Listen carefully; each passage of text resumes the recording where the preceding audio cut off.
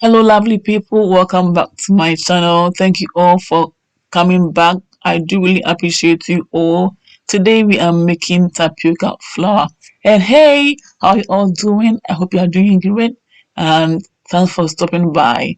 Today's video is all about tapioca flour and it's so quick and easy to make. Tapioca flour can be used as a thickening agent in our sauces, in our stews, in our soups, and I'm going to show you how to make it, okay? Let's get started. First of all, I'm going to peel off the skin of my cassava and then we'll continue from there.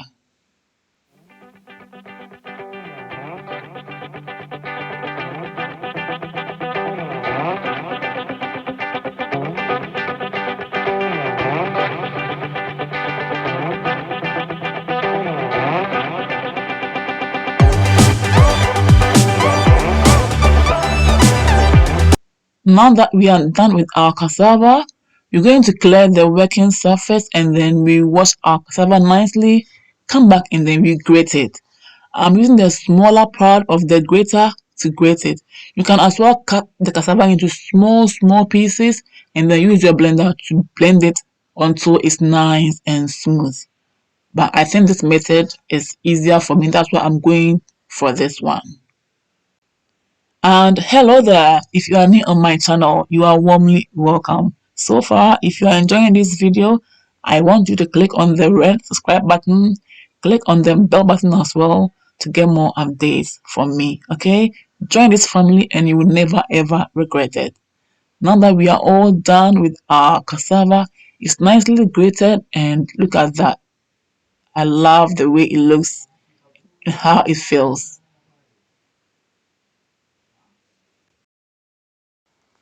It's now time for us to put it in our blender and blend it until nice and smooth.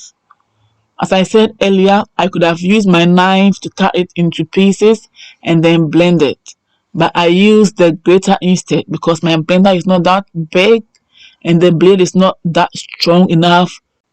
We are now adding a little bit of water for it to be able to blend nice and smooth and also effortlessly. And since we are making tapioca flour, we're going to blend it until nice and smooth because we need to extract all the starch from the cassava. It's now time for us to extract the starch. So what we're going to do is to transfer the mixture onto the cloth and then squeeze the starch out of the fiber. Okay?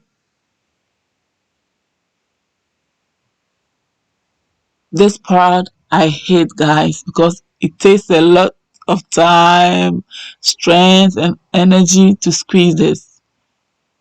Look at that. You have to squeeze it gently and patiently. We are all done, and it's time for us to seal it tightly and leave it for some minutes to allow the starch to separate from the water. Okay?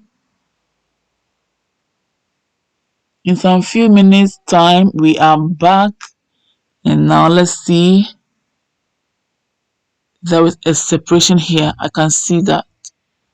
There is a separation. I can see that. So we're going to pour the water out and then leave the starch behind at the bottom. Okay? Let's do this patiently and carefully in order not to mix it back again.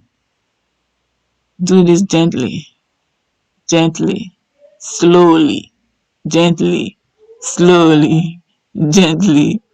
Yes, we are done. We are done. We are done. We need to use our kitchen towel or any cotton towel to pat dry the surface for it to dry properly. You should as well leave it in the sun for some few minutes for it to dry again properly. Okay? Looks so beautiful. We are back again. And now look at it. It's so hard and we need to break it apart using the fork or the spoon or even your hand if you can. and then grind it in the blender again until it's nice and smooth.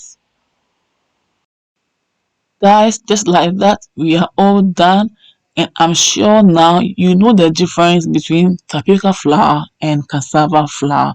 Tapioca flour is the powdered starch that we get from cassava, and cassava flour is when the whole of the cassava is dried and grounded into powdered form. Simple as it is. Okay, so we are done.